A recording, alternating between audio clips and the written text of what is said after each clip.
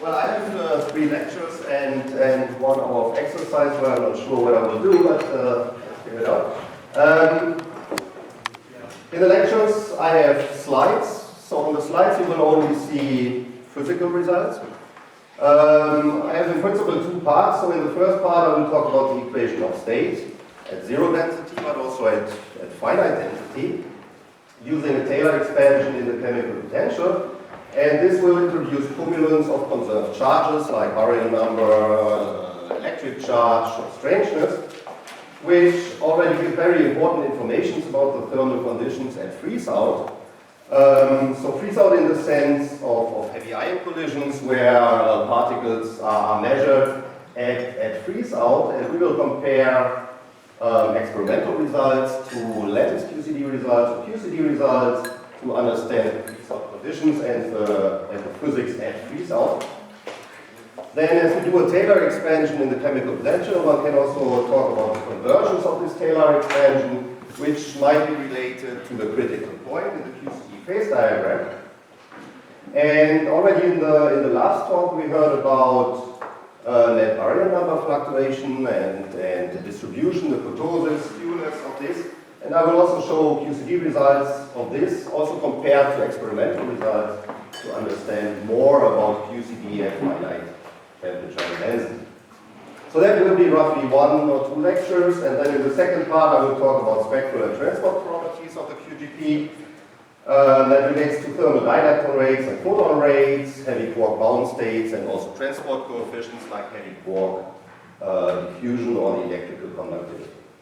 Now let's start with the equation of state, or let's better start with the phase diagram. You already saw many phase diagrams, so this is one of my favorite ones, which is just a basic sketch of the phase diagram as it is known or as it is more or less expected. So what we know from lattice QCD is mainly about 0 density. So here you have the phase diagram at temperature and density. What is quite well known is this region here of the phase diagram from lattice QCD at 0 density. So there we know the transition temperature here. We also know that this is not a real phase transition, but it's a crossover. So the physics changes from the low temperature phase where we have the hadron gas to the high temperature phase where we have the quark-gluon plasma. But it's not a real phase transition in the sense of criticality, critical exponents, and so on. But it's a crossover where you can determine a temperature where some of the physics changes from hadron gas to a quark-gluon plasma. Then at finite temperature, not much is known about this phase diagram. So there could be a critical endpoint in this phase diagram, a second order point here called CDP, critical endpoint, which then goes over into a first order transition at large density. So this is a conjectured phase diagram, but this critical endpoint was not yet seen in experiments, I would say, and also not really seen in QCD calculations, in lattice calculations. So that's one important thing, to extend this phase diagram from 0 chemical potential to finite chemical potential.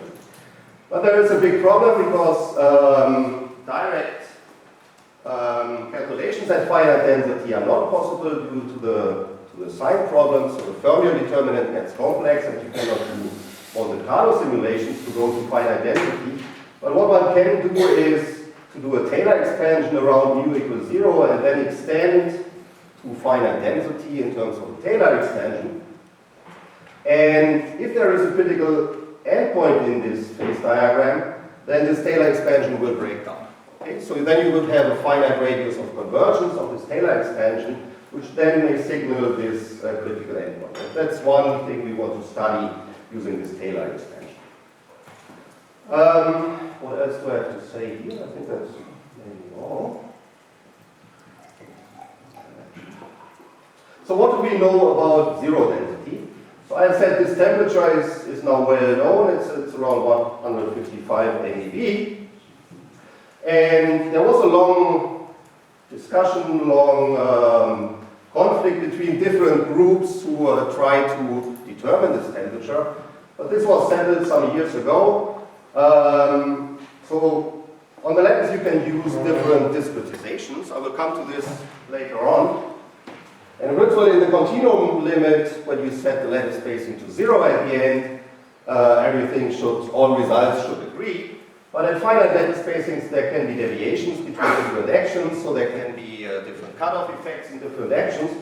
So you have to really take care of a good continuum extrapolation, and that is shown here for this critical temperature measured on two different lattice discretizations. The blue one is so-called A squared TED action. So there you can determine this critical temperature, for instance, from the peak in the chiral susceptibility for different lattice spacings, and then you take the lattice spacing to 0, which means nt, the temporal number of points on the lattice in the time direction, to infinity, and then you reach the continuum limit here at 1/nt squared to 0. And you see that if you use these two actions here, they deviate at finite lattice spacing, but in the continuum they give a consistent result, in this case around 155 MeV.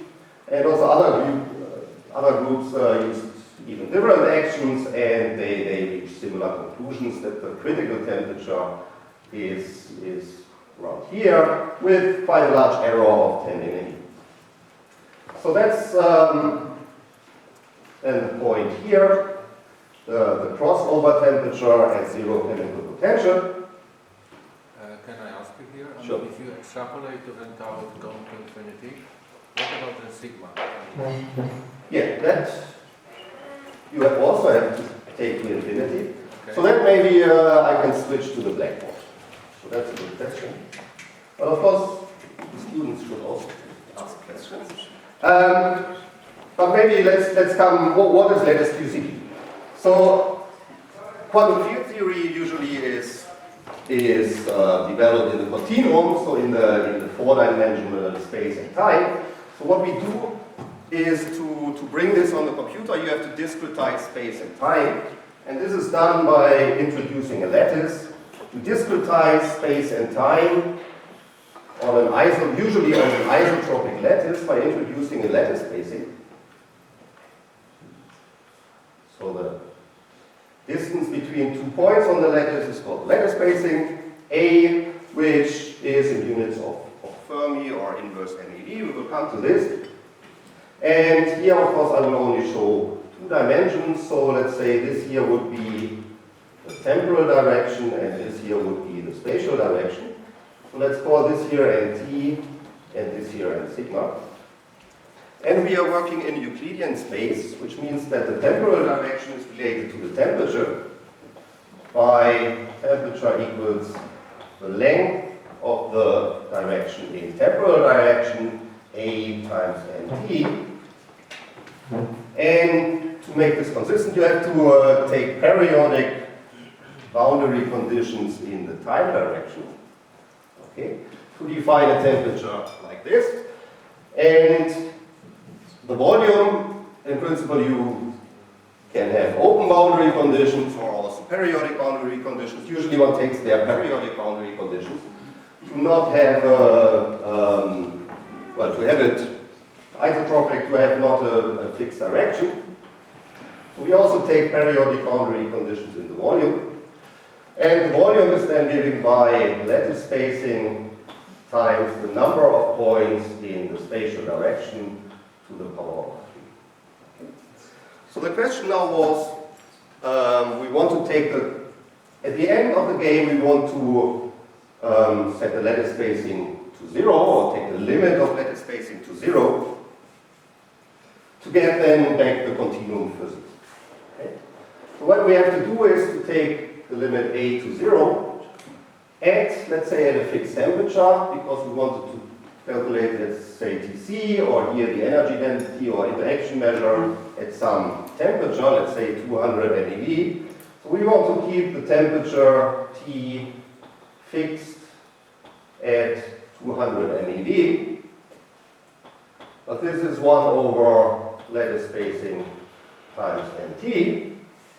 So you can calculate now the lattice spacing. So the inverse lattice spacing, A to the minus 1, would be 200 MeV times nt. And if you want to take the limit a to 0 at a fixed temperature, you have to take the limit nt to infinity. Okay? You have to make your lattice in the temporal direction very large. Excuse me for this But- speaker. Could you switch on a light, please? Here again.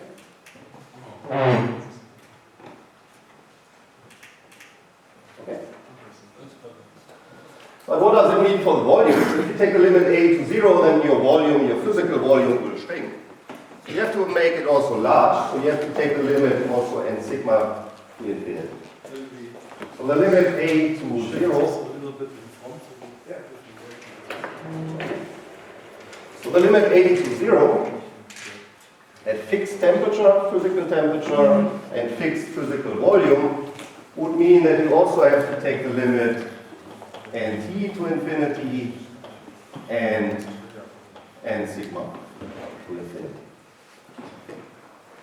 Of course, you cannot calculate at extremely large nt or extremely large n sigma, because then the computing time would be too large. So what you do is you take different lattice sizes. So usually, or in the old days, we started with, for instance, 16 cubed times 4, or nowadays the usual lattice sizes are 32 cubed times 8. And then you take maybe another one, let's say 24 cubed times 6. So you have 3 different lattices, 3 different NTs, so 3 different lattice spacings A if you are at fixed temperature, and then you take the limit a to 0 or nt to infinity, and that was shown.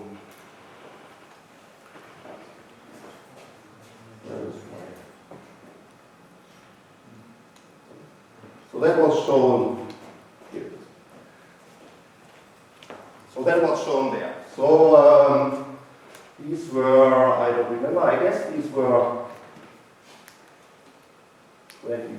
I guess that one was 16 cubed times 4, 24, 6, and 32, 8. And then you take the limit nt to infinity, so 1 over nt squared to 0, and you reach here then at the continuum. Why we do this in nt squared, I will maybe discuss later. So you could imagine that there could also be cutoff effects in order A, but if you use improved actions, the cutoff effects here come in order a squared, so that's why this should depend on 1 over nt squared. And students are also surprised where the error bars of this different extrapolation is exactly the same. Well, this comes because it's a combined continuum extrapolation here. So what we do here is we combine these 2 results and assume that the continuum limit agrees for both. So that's a technical thing here. So it's a combination of both actions and then taking the continuum limit. Because with just 2 points here or 3 points here, it's difficult to really do the continuum limit in the correct way. And then also for this combined fit, I think here one assumes some scaling behavior here also. Okay. That's why the errors are there. Okay, so that's for the continuum limit, but maybe we can just estimate what this A would be for a typical lattice. So maybe let's take this lattice here. So let's assume we have a temperature of 200 MeV here.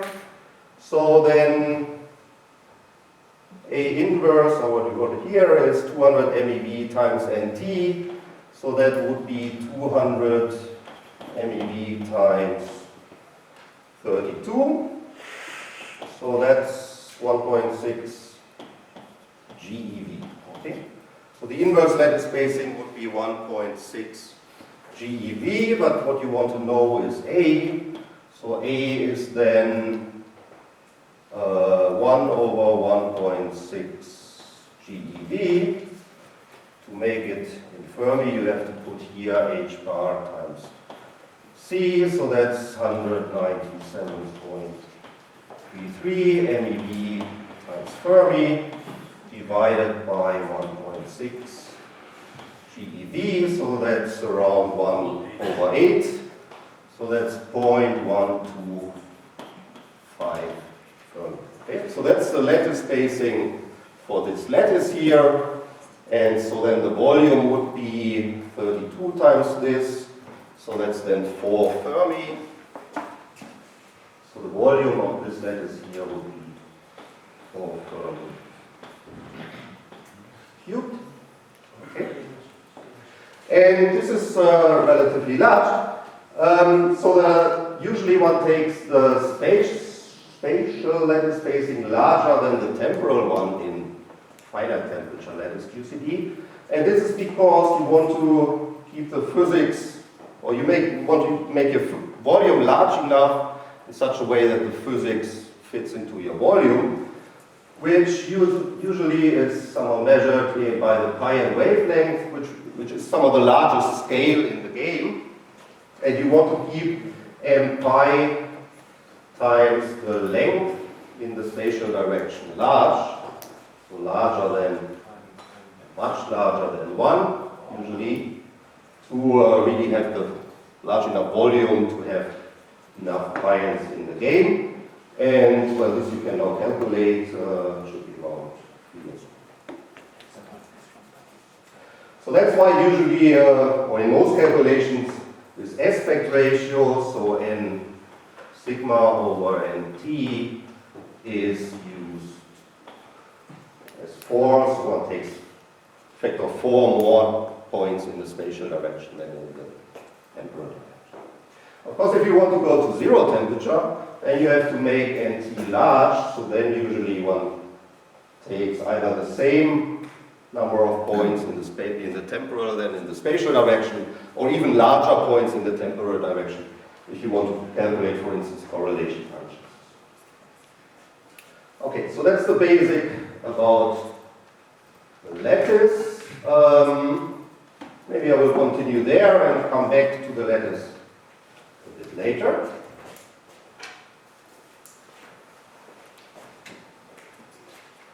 And where's my point?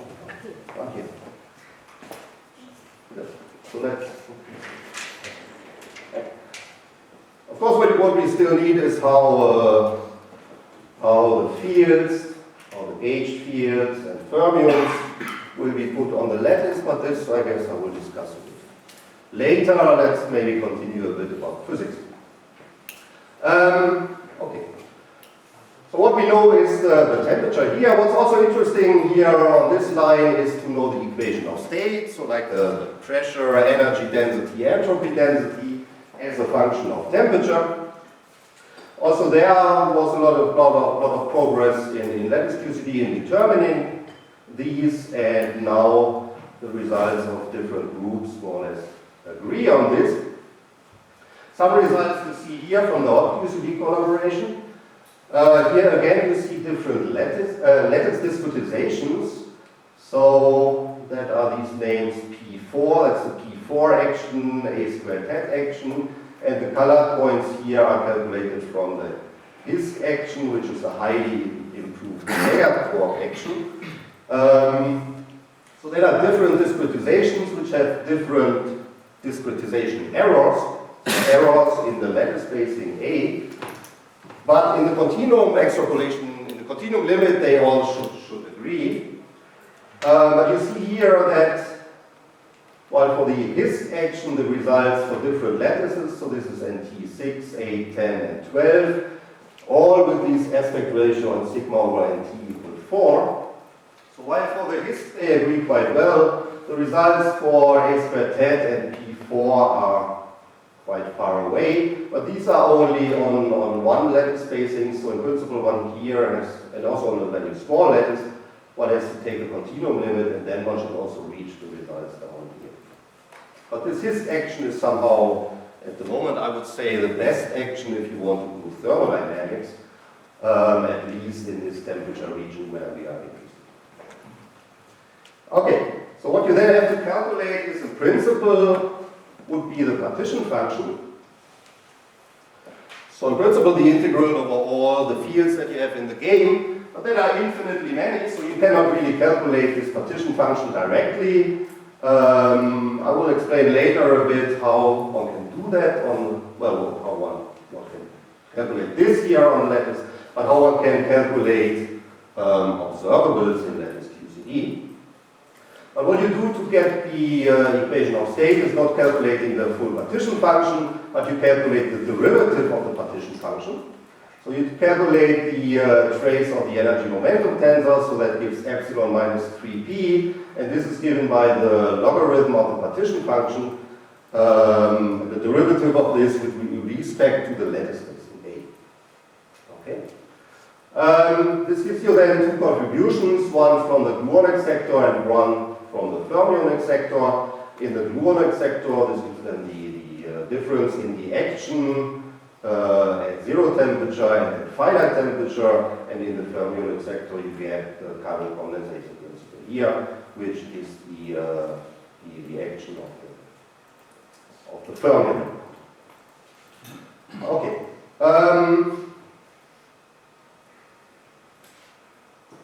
Well, maybe let's stop here and introduce these fields, like the psi and maybe first the gluonic part of the action of the lattice. So let's switch on. So this here is now the discretization that we use, but now we have to put in the fields. And this is done by putting the quark fields on the lattice sides. So let's say here, let's call this here x, and then we need the quark fields here, so we need a psi x and psi bar x. So the quark fields live on the lattice sides, and then we also need the gluon fields, and the gluon fields are introduced on the links between the lattice sides, and they have a direction. Okay. So these gluon fields are parallel transporters who somehow transfer the gluon from here to here, or quark from there to there. So they are somehow mediators of the force between these two different points. So let's call this direction here mu, and this direction here mu. So then this point here would be x plus mu hat, so the unit vector in mu direction. And this gauge field here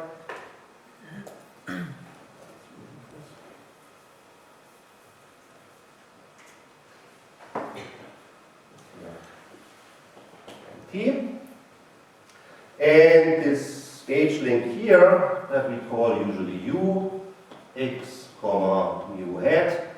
So that's the gauge length going from x to mu hat.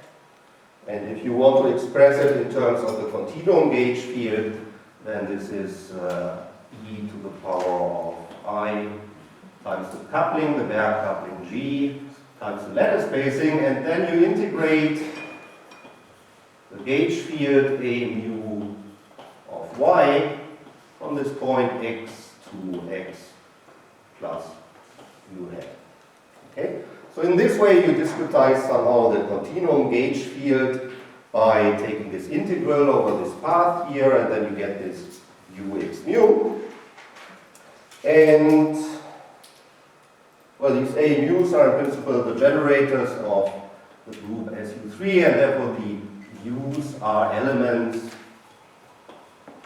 of the group SU3 if you have three numbers of colors.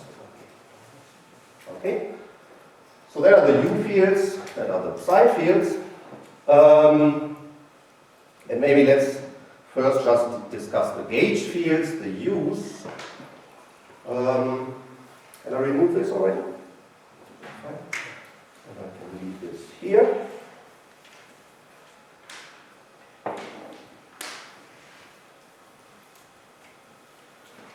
So then one of the fundamental concepts of the quantum field theory is that it should be invariant under local gauge transformations.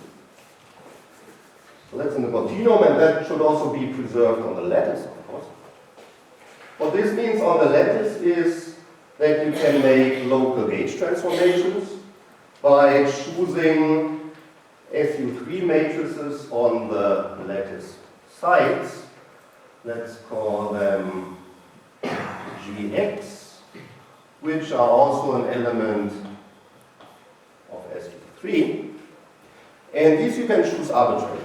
So you can take any SU3, let's say, on this point, and you can take any SU3 on this point, but the physics should be unchanged. Okay? So this means you can make transformations where you put, let's say, ux to g x times ux mu, and you can take, let's say, a gauge transformation here, and let's say use ux mu goes over into gx plus mu hat times ux comma mu. So that would be this link in here. And you can also change the direction of these links, so you can go backward. So that means just daggering. So that would mean that you do here ux comma mu dagger goes over into ux mu dagger times g x plus mu dagger. Okay. So now the question is how to construct a gauge action. So you have to construct a gauge action just from this SU3 links. Forget about the fermion fields at the moment. So what do you think could be the smallest object that we can use to build a gauge action using these views? You have an idea? So it must be gauge invariant. So just taking one link doesn't work because one link transforms like this, which is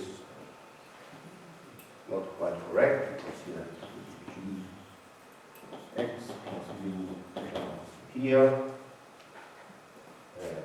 And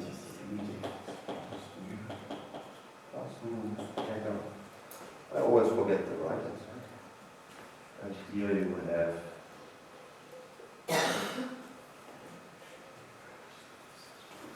this is wrong. So that must be gx.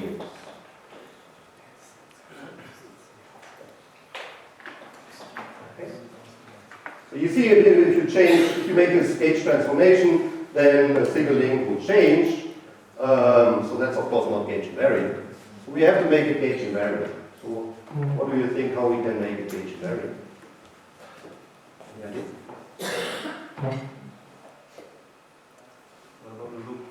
A loop. A loop is also. So the smallest loop. We have no colored chalk. Right, we don't have colored chalk. So the smallest loop would just go around what we call a plaquette. So that's like this. So if you take the product of all these links here, you can just make it. Well, let's make a transformation and call this here x now. So this plaquette is the product of ux comma mu times ux plus mu comma mu. So that's the second link here. Then the link up here we have the dagger, so that would be ux plus mu comma mu dagger. And then we have ux comma mu dagger. And if you now make a gauge transformation, then this here gets a gx, this here gets a gx plus mu, this one here should be consistent with the daggers. Here we have a gx plus mu. So you see here you have the gx plus mu dagger times the gx mu. So this here is 1 because products of u and u dagger are 1. So this here cancels out. There is a 1. And the same is also here. So what remains is this gx and the gx dagger here at the end. So that's still not gauge invariant. But if you take the trace of this object here, That's gauge invariant. Okay, because in the trace you can permute the u's and then gx times gx dagger is 1 and the object is unchanged. So that's the smallest object which is gauge invariant on the lattice. And this we now use to build the lattice gauge action. So what you take there is you have to sum over all positions x. You have to sum over all directions, mu smaller than mu. You do not have any double counting. And then what you take is 1 minus the real part of the trace, because due to symmetry reasons, the imaginary part anyhow should cancel. And then you take the smallest object, which I just draw here, starting from point x and going in two directions. So this here is mu, this here is point plus nu, and we just take the product of the links around this plaquette, sum over all positions x and all directions, and this is already the pure U action. This is called Wilson gauge action.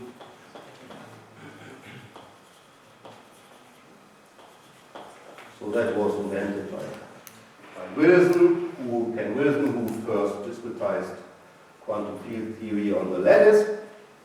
What we then also need is a coupling here, which we put in here as a beta, and this beta should be 2 times the number of colors, so 3 in this case, divided by the bare gauge coupling G squared. And that's already the gauge action, which in principle is shown there as G. In this Hisk action, we use an improved gauge action where we not only use the single plaquette, but also a larger one, namely a 2x1 loop.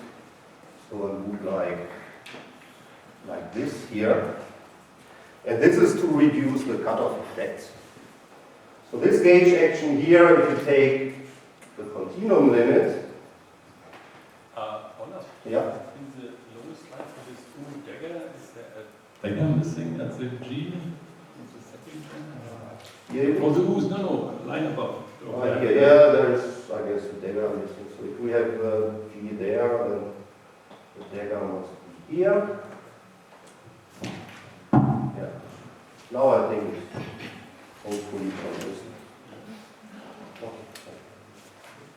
So what did I want to say? If we now go back to the continuum and use for the U's the continuum gauge fields here, then you can make here an expansion in small coupling G and small lattice spacing A. And what you get then is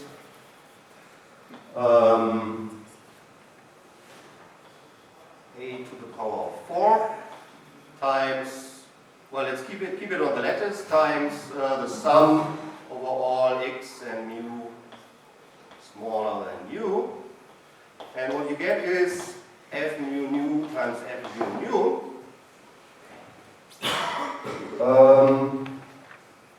Right?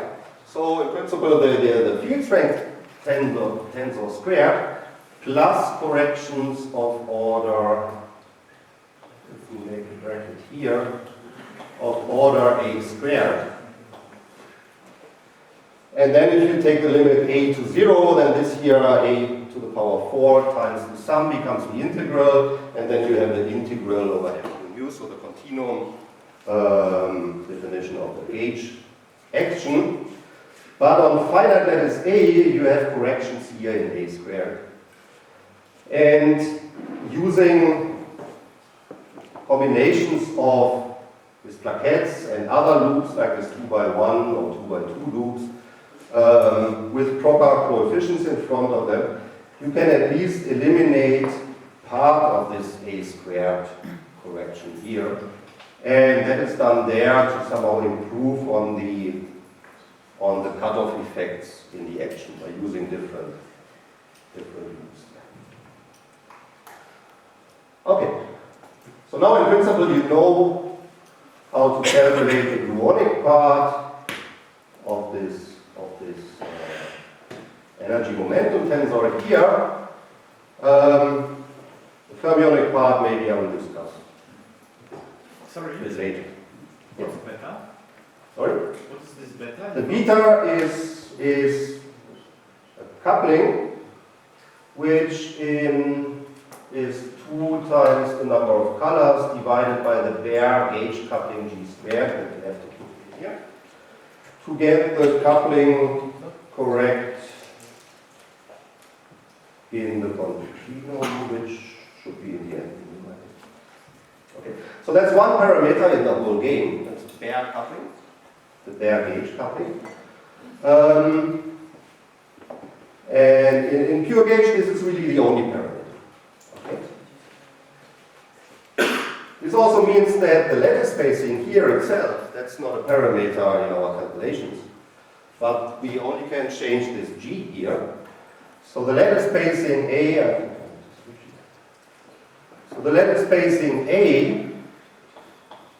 depends on G. So if we change the bare coupling, then also the lattice spacing changes. And then the question is how to understand how the lattice spacing depends on G. So that's a very important thing. But this is quite a long story. So there you have to go into renormalization group equations and so on. But to make it short, one can calculate, let's say, there we have the R beta. So let's go back to the beta, which is 2n0 G squared. And what we need is, let's say, A times the dependence of beta with respect to A. And then one can calculate, at least for small couplings in perturbation theory, that's in principle the beta function, the RG beta function. And that should start at order G to the power 3 with the coefficient B0 and then B1, G to the power 5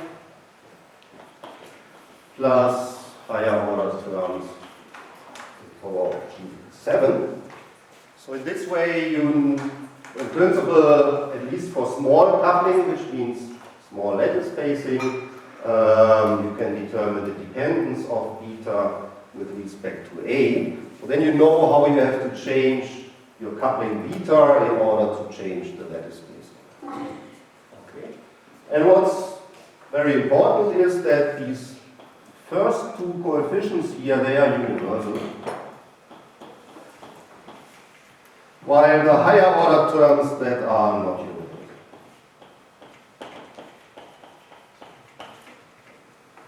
Okay. What you in principle can also read off from this equation is that, and which is related to the asymptotic freedom of QCD also, is that if you take the lattice spacing to 0, this means also that you have to take the coupling to 0, or this beta here to infinity. Okay. If you go to very, very small lattice spacings, you have to go to very, very small couplings.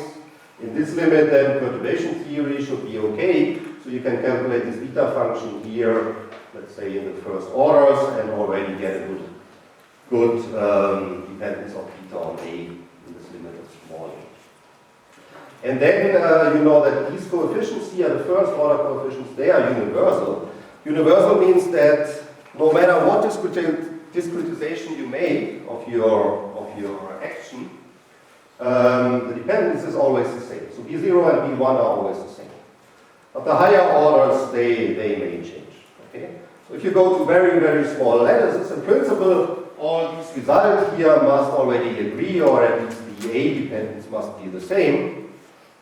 But this already shows here that the lattice spacing is still a bit too large here for these lattices, but here for this action at least it seems to be okay. Okay. What else did I want to say? What's the time? Okay. 15. Olaf, will you say something about? Will you also say something about improving the actions, exercise also, or the idea? Yeah, that's a good idea. Maybe an exercise would be good. Thank you.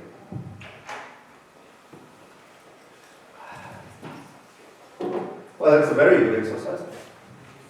Because that you can do, as I can explain already now. So what I said is, to improve the gauge action here, we not just take this simple plaquette term,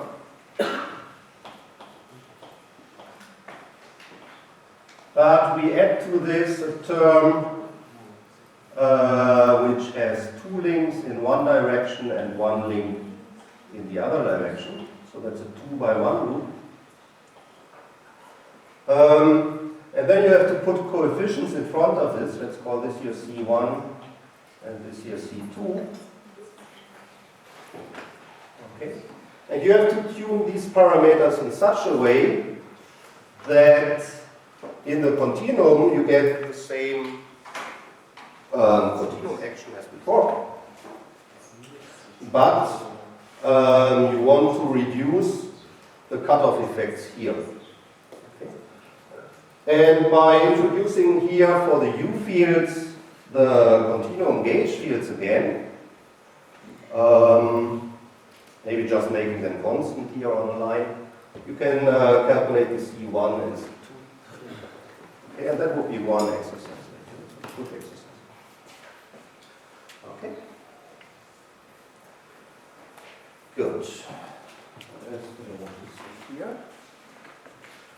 Okay, so this dependence here, in principle, you can do perturbatively, but usually this is not good enough for those calculations. So therefore, the idea is to use other quantities to determine the lattice spacing directly. What do you think this could be? So how could you determine the lattice spacing by calculating something on the lattice and then get an idea what A is? Any idea?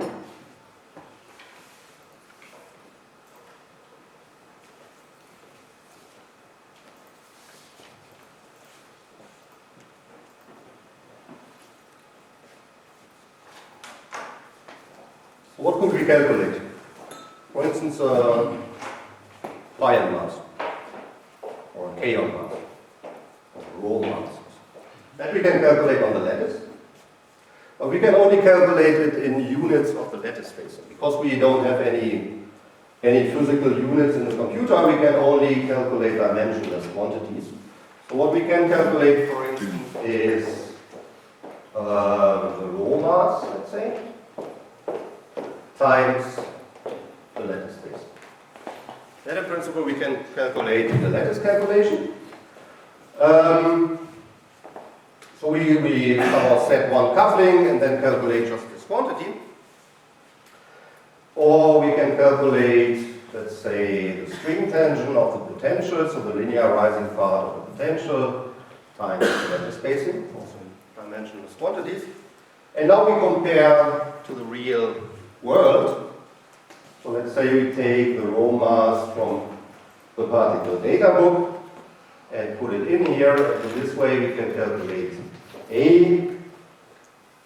If we compare our number m rho times A with the physical mass of the rho, which is around 770 MeV.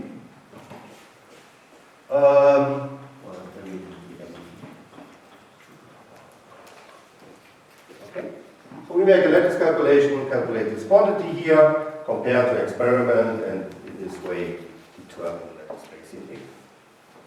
Or in the same way with the string tension.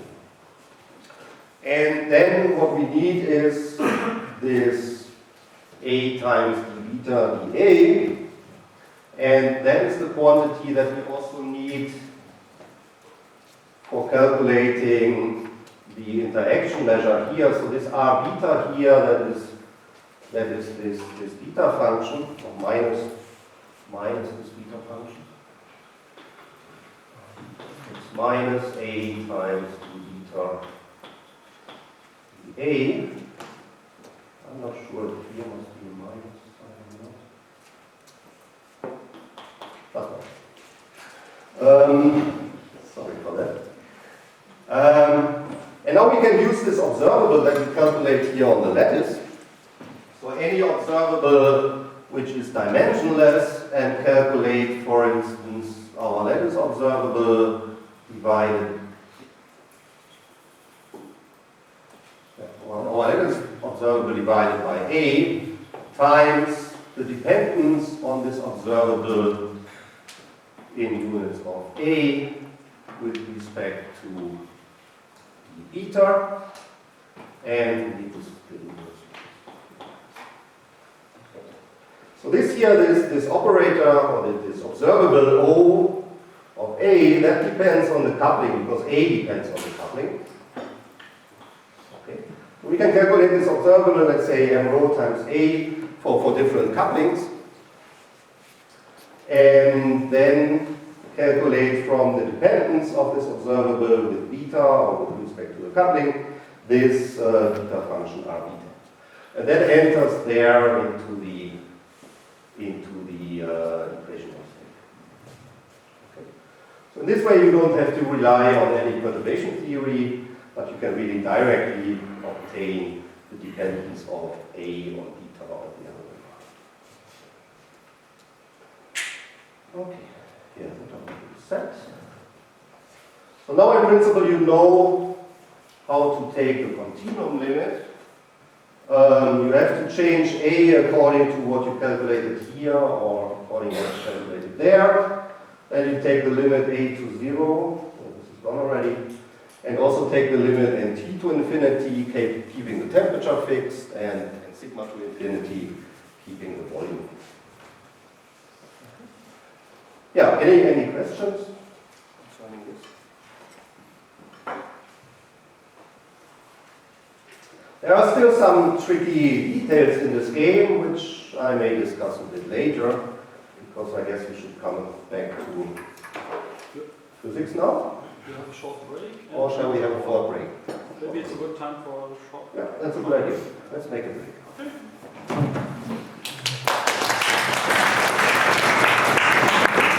There were no urgent questions. Let's make a really very short break and then continue for another hour before the lunch.